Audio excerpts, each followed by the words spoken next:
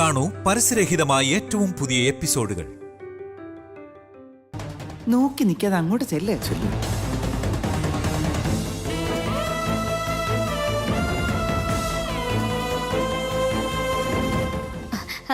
ചേച്ചി വാ ചേച്ചി.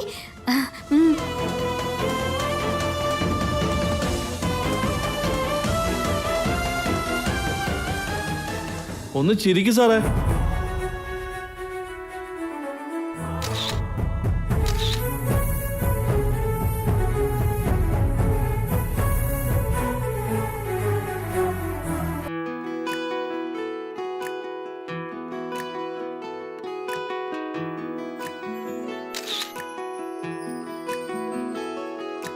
കൂട്ടു തേടി വന്നൊരാ കുഞ്ഞിളം കാറ്റേ കൂടെയൊന്നു പാടുമോ? നീലനിലാവിൽ പാട്ടുമൂളിയെത്തി ഞാൻ ഈ വഴിയോരം പാതിരാവിൻ ചില്ലകൾ. Smile please sir. കൂടെയൊന്നു പാടുമോ?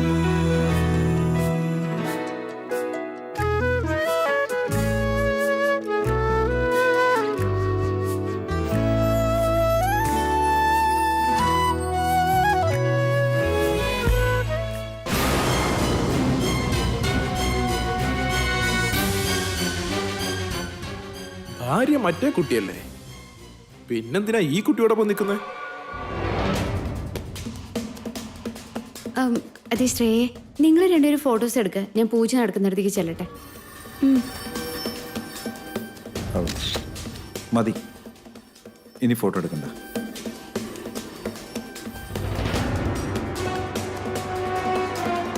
ശങ്കര, ശങ്കര, എന്താടാ നീ എന്തിനാണ് അവരെ രണ്ടുപേരെയും പിടിച്ചു നിർത്തി ഫോട്ടോ എടുക്കുന്നത്? അവരല്ലേ ഭാര്യ ഭർത്താക്കന്മാര്, നിനക്ക് തെറ്റുപറ്റിയതാ അവിടെ. അവരല്ലടാ ഭാര്യയും ഭർത്താവും.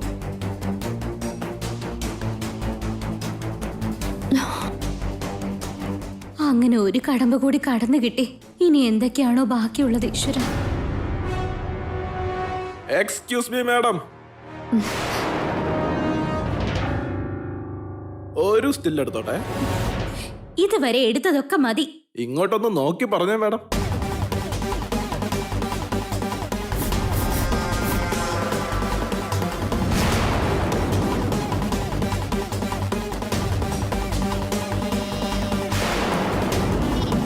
ഡയറക്റ്റ് ആയിട്ട് ഫേസ് കാണാൻ പറ്റുന്നുണ്ടായിരുന്നില്ല. കല്യാണ പെണ്ണിന്റെ മുമ്പിലുണ്ടായിരുന്ന താലത്തിലെ ആ വെള്ളത്തിൽ മുഖം തെളിഞ്ഞു കാണുന്നുണ്ടായിരുന്നു. മാഡത്തിന് എന്നെ ഓർമ്മയുണ്ടോ? കല്യാണ ഫോട്ടോസ് കൊണ്ടുവന്നത് ഞാനാ. പക്ഷെ ആ ഫോട്ടോസില് കല്യാണ പെണ്ണ് മറ്റേ കുട്ടിയായിരുന്നല്ലോ. എന്നിട്ട് ഇവിടെ മാഡം ഭാര്യയായിട്ട് കയറി നിൽക്കുന്നു. താലി കെട്ടിയ കുട്ടിയല്ലേ ദേവസാറിന്റെ കൂടെ നിൽക്കണ്ടേ? പിന്നെങ്ങനാ മാഡം അവിടെ കയറി നിന്നേ? എന്തോ എവിടെയോ മിസ്റ്റേക്ക് ഉണ്ടല്ലോ.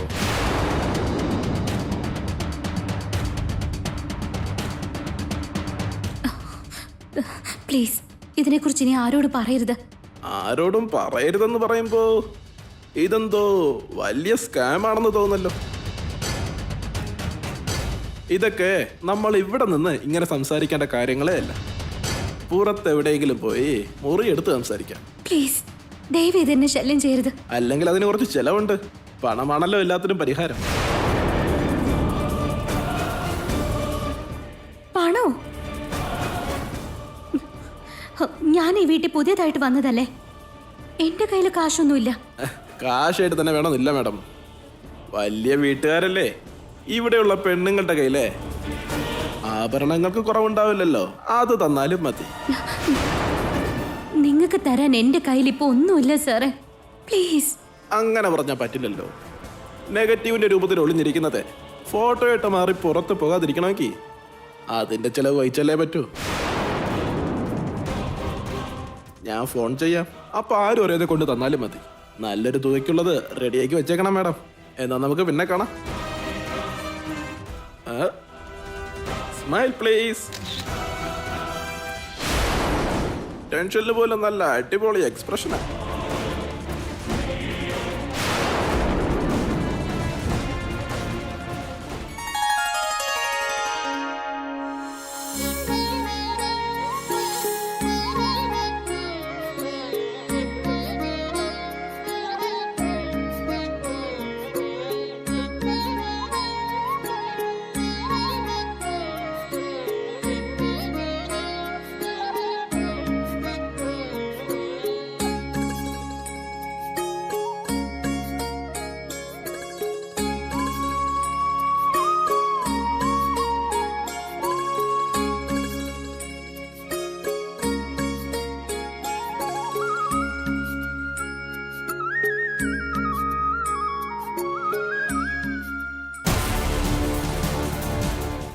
നെഗറ്റീവിന്റെ രൂപത്തിൽ ഒളിഞ്ഞിരിക്കുന്നത് ഫോട്ടോയിട്ട് മാറി പുറത്ത് പോകാതിരിക്കണമെങ്കിൽ അതിന്റെ ചെലവ് വഹിച്ചല്ലേ പറ്റൂ.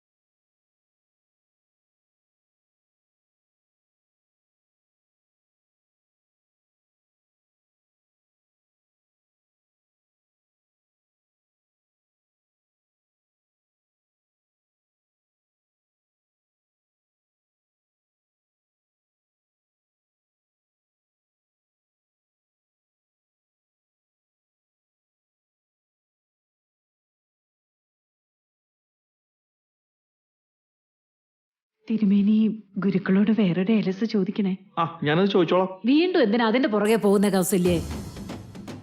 നീ മകനെയും ഭാര്യയും ഒന്ന് നോക്കിക്കേ. അവര് തമ്മിലുള്ള അടുപ്പം നിനക്ക് മനസ്സിലാവാഞ്ഞിട്ടാ. അവരെ അവരുടെ വഴിക്ക് വിട്ടൂടെ നിനക്ക്?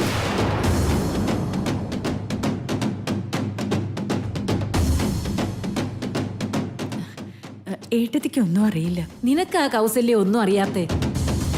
ഇത്രയേറെ സ്നേഹിക്കുന്ന കുട്ടികളെ ഇക്കാലത്ത് കാണാൻ കിട്ടൂല. രണ്ടുപേരും തമ്മിലുള്ള സ്നേഹത്തിനും അടുപ്പത്തിനും ഞാൻ ദൃക്സാക്ഷിയായിരുന്നു കൗസല്യേ.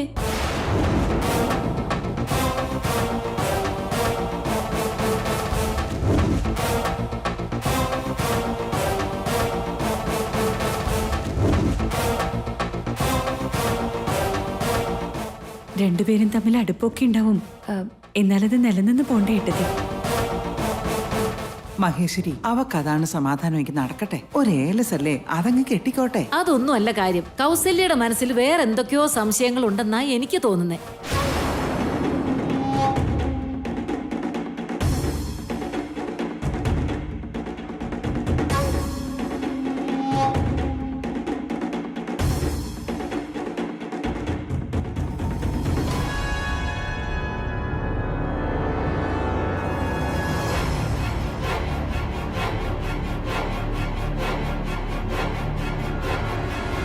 ഞാൻ എന്റെ കണ്ണുകൊണ്ട് കണ്ടതാ ഭാര്യയും ഭർത്താവും തമ്മിലുള്ള അടുപ്പം. എന്റെ കണ്ണ് കിട്ടാതിരിക്കണേന്ന് പോലും പ്രാർത്ഥിച്ചു പോയി.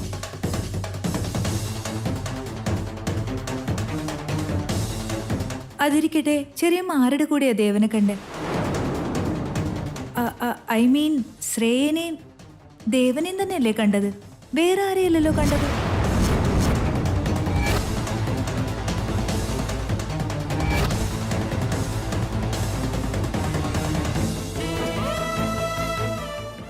അതെന്തൊരു ചോദ്യമാ ഊർമിളെ. നമ്മുടെ കുട്ടികളെ കണ്ടാ നമുക്ക് മനസ്സിലാവില്ലേ? അവളുടെ കൂടെ അല്ലാതെ അവൻ എന്താ വേറെ അവിഹിതം ഉണ്ടെന്നാണോ? കുറെ നേരമായി ശ്രേയ താഴെ തന്നെയാണല്ലോ ഏട്ടത്തി. അപ്പൊ ഏട്ടത്തി മുകളിലാരെ കണ്ടേ?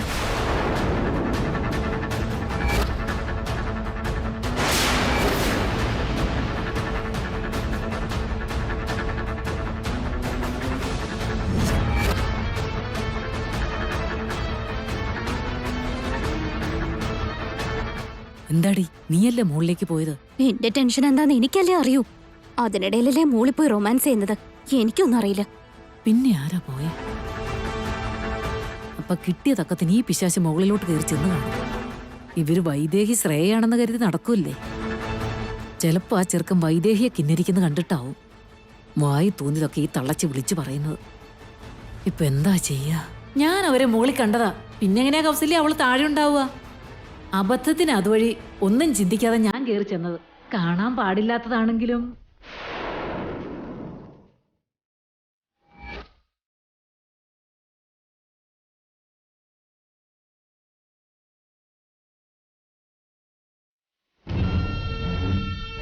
മഹേശ്വരി ചെറിയമ്മയുടെ നോട്ടം മുഴുവൻ വൈദേഹിയുടെ നേർക്കാണല്ലോ. എന്താ പറയാൻ വന്നത് ഇടയ്ക്ക് വെച്ച് നിർത്തിക്കളഞ്ഞേ? ഏയ് ഒന്നുമില്ല ചെറിയമ്മേ. ചെറിയമ്മ പറഞ്ഞത് തന്നെ അതിന്റെ ശരി. കൗസല്യയുടെ സന്തോഷത്തിന് വേണ്ടിയെങ്കിലും ഏലസ് വാങ്ങി കെട്ടിച്ചേക്കാം. ഒന്നുമില്ലെങ്കിലും വിശ്വാസമാണല്ലോ എല്ലാത്തിന്റെയും അടിസ്ഥാനം. തിരുമേനി ഏലസ് കൊണ്ടുവരട്ടെ.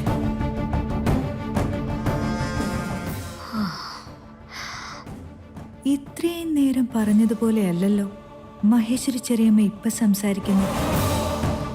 അപ്പൊ ഉറപ്പായിട്ടും എവിടെയോ ഒരു സ്പെല്ലിംഗ് മിസ്റ്റേക്ക് ഉണ്ട്.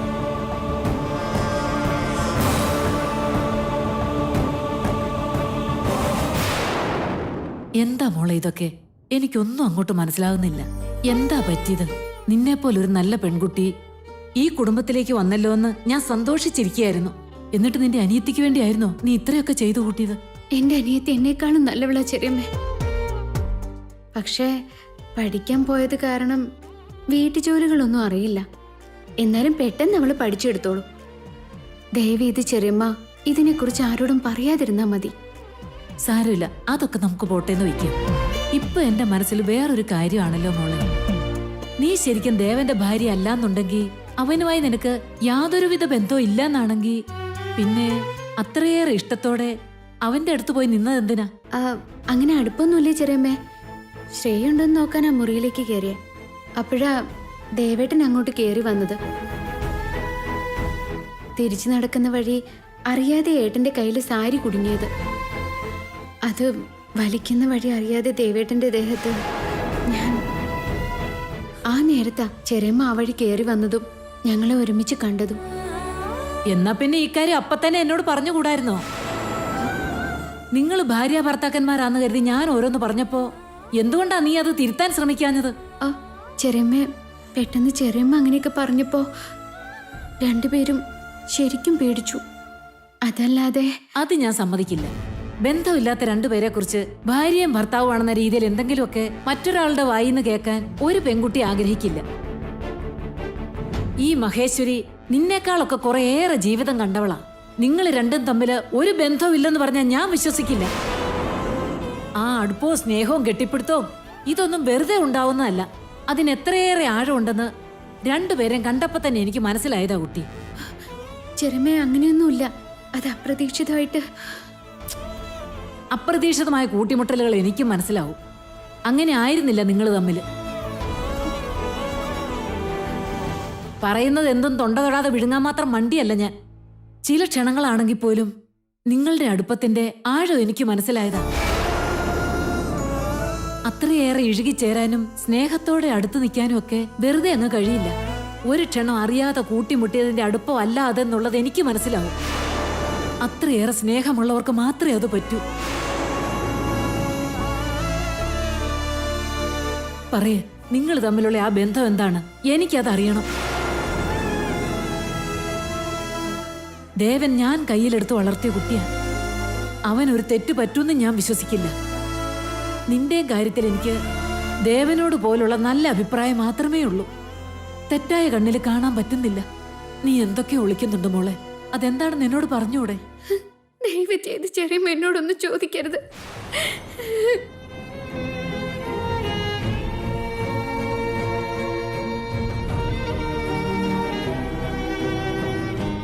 നിന്റെ അമ്മയാണെന്ന് കരുതി തുറന്നു പറയേ.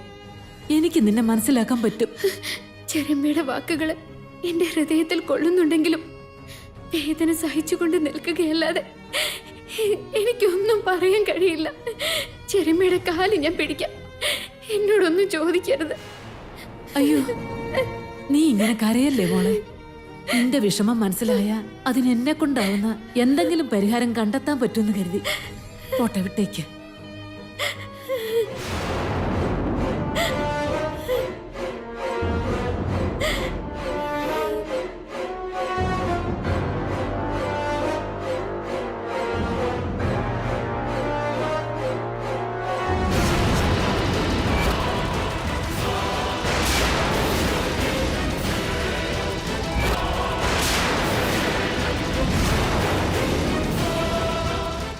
എന്താ നിന്റെ കഴുത്തേല്? അതൊന്നുമില്ല ചെറിയമ്മേ. നീ ഇപ്പൊ എന്തിനാ ഇത് ഒളിപ്പിക്കാൻ നോക്കുന്നേ? അതെന്താണെന്ന് എനിക്ക് കണ്ടേ പറ്റൂ. ഒന്നുമില്ലെന്ന് പറഞ്ഞില്ലേ. ചെറിയമ്മ എന്നെ ബുദ്ധിമുട്ടിക്കരുത്. എന്നെ വിട്ടേക്ക്. അതിപ്പോ നീ കാണിക്കുന്നില്ലെങ്കിൽ എന്റെ സംശയങ്ങൾ ശരിയാണെന്ന് ഞാൻ കരുതേണ്ടി വരും. അത് കാണിക്കൂ കുട്ടി. കാണിക്കാനല്ലേ പറഞ്ഞത്?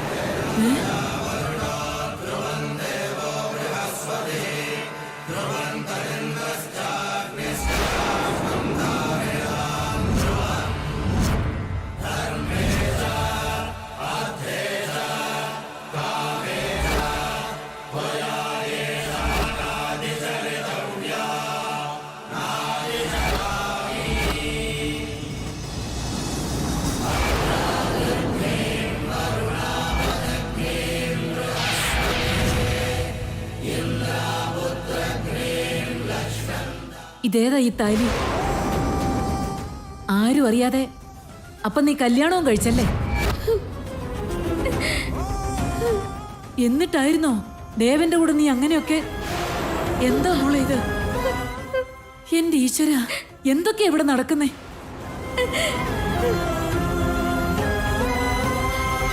എനിക്കൊന്നും തുറന്നു പറയാൻ കഴിയില്ല ചെറിയമ്മ. എന്നോടൊന്നും ചോദിക്കരുത്.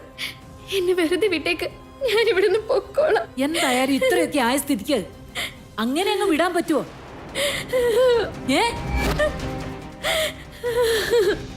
താലി വരെ ഒളിപ്പിച്ച നിന്നെ ഏത് തരക്കാരിയാണെന്ന് കരുതിയാ ഞാൻ വെറുതെ വിടേണ്ട?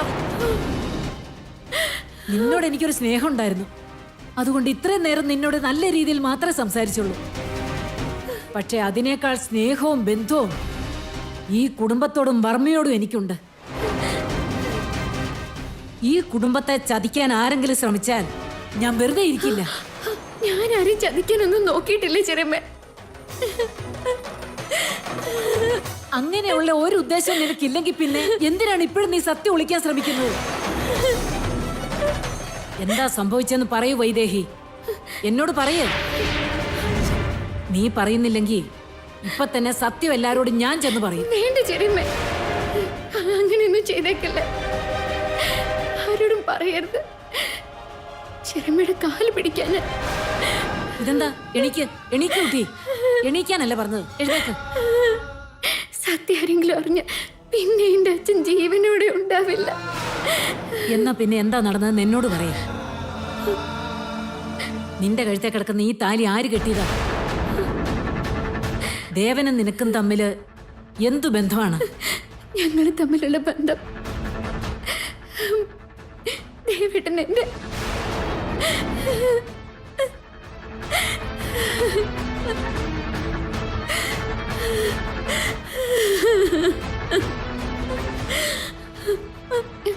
ദേവേട്ടൻ എന്റെ ഭർത്താവാണ്.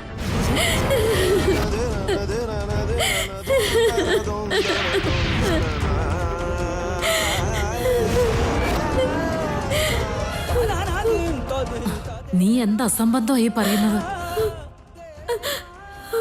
ദേവൻ താലി കെട്ടിയത് നിന്റെ കഴുത്തിലാണെങ്കിൽ അവന്റെ ഒപ്പം എങ്ങനെയാ ഭാര്യയായിട്ട് ശ്രേയെ പറഞ്ഞയച്ചത്? സത്യം എന്താണെന്ന് പറയാ. തുറന്നു പറഞ്ഞാൽ നിനക്ക് കൊള്ളാം.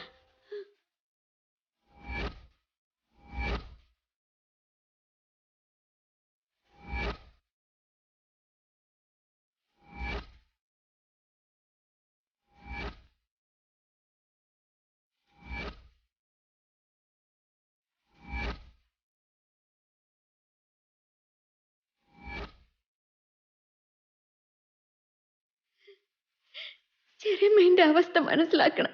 ഇതാരോടും പറയരുത്. എന്താ കുട്ടി ഇത്? എഴുന്നേക്ക് വൈദേഹി.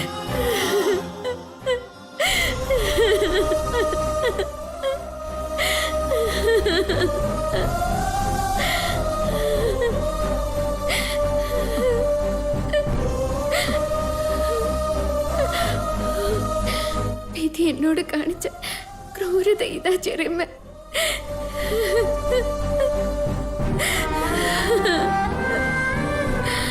തട്ടമിട്ട് മുഖം മറിച്ച് കല്യാണം കഴിച്ചപ്പോ എന്റെ ജീവിതം ആ തിരശീലയുടെ മറവിലായി പോയി.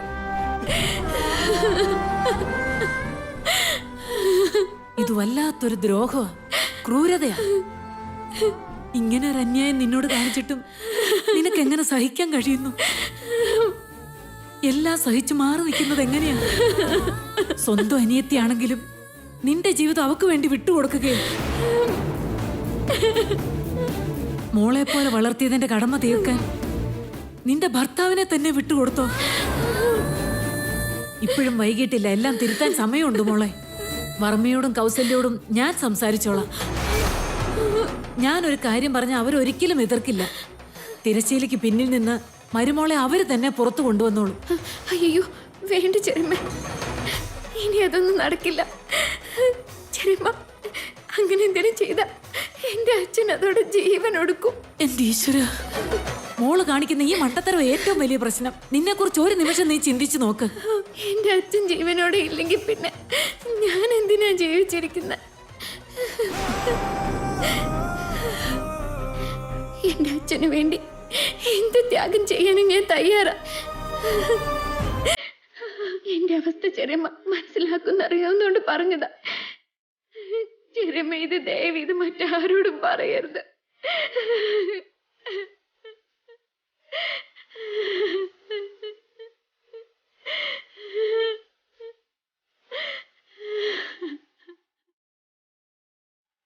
നിന്റെ അവസ്ഥ കണ്ട് വിഷമിക്കണോ സഹതപിക്കണോ?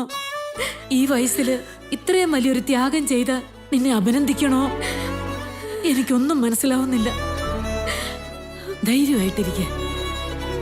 നിന്നെപ്പോലൊരു മകൾ എനിക്കുണ്ടായിരുന്നെങ്കിൽ എന്നോളം ഭാഗ്യം ചെയ്ത മറ്റാരും ഉണ്ടാവില്ല.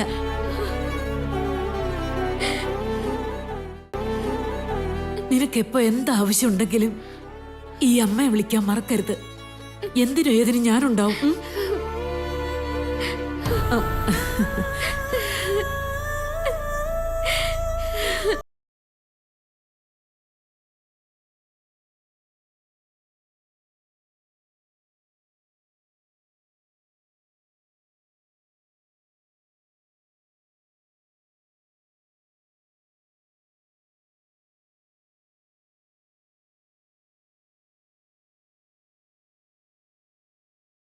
വിഷമിക്കണ്ട. ഈ മഹേശ്വരിയമ്മയുടെ വായിന്ന് ജീവനുള്ളിടത്തോളം ഇത് മറ്റാരും അറിയില്ല. ഇതെന്നോടൊപ്പം മണ്ണടിഞ്ഞോളും. എല്ലാ കഥയ്ക്കും ഒരു ശുഭപര്യവസാനം ഉണ്ടാവും മോളെ. എന്നാലിവിടെ ഈ കഥയുടെ പോക്ക് എങ്ങോട്ടാണോ ആവോ, നമുക്ക് നോക്കാം മോളെ. എല്ലാം ആ ഈശ്വരന്റെ കയ്യിൽ ഏൽപ്പിക്കുക.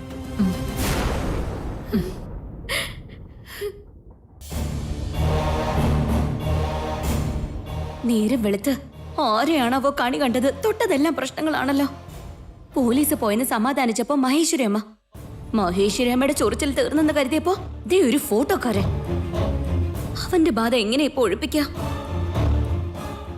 പണവും ആഭരണം കൊടുത്തില്ലെങ്കിൽ അവൻ വിടില്ലെന്നുള്ളത് ഉറപ്പാ. പണമായിട്ട് എന്റെ കയ്യിലില്ല. ആഭരണങ്ങള് അമ്മയുടെ വീട്ടിൽ സൂക്ഷിച്ചു വെച്ചിട്ട് പോന്നതാ. എന്തെങ്കിലും പറഞ്ഞ അതെല്ലാം അവിടെ നിന്ന് എടുത്തോണ്ട് വരണം.